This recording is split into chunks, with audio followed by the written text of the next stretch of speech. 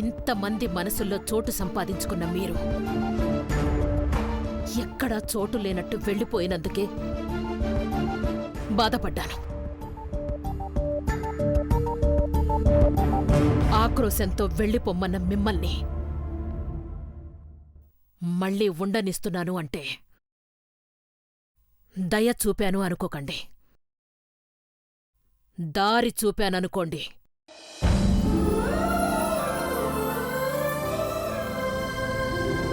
ప్రతి ఏటా పనివాళ్లకిచ్చే కానుకల్లో డబ్బులుంటాయి, బట్టలుంటాయి.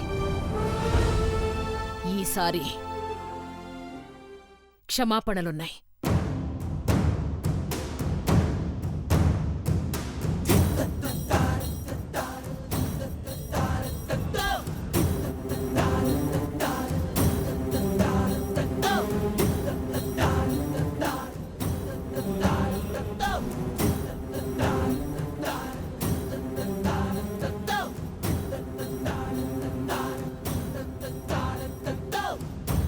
జాగ్రత్తగా నడుచుకోండి హనుమంతు.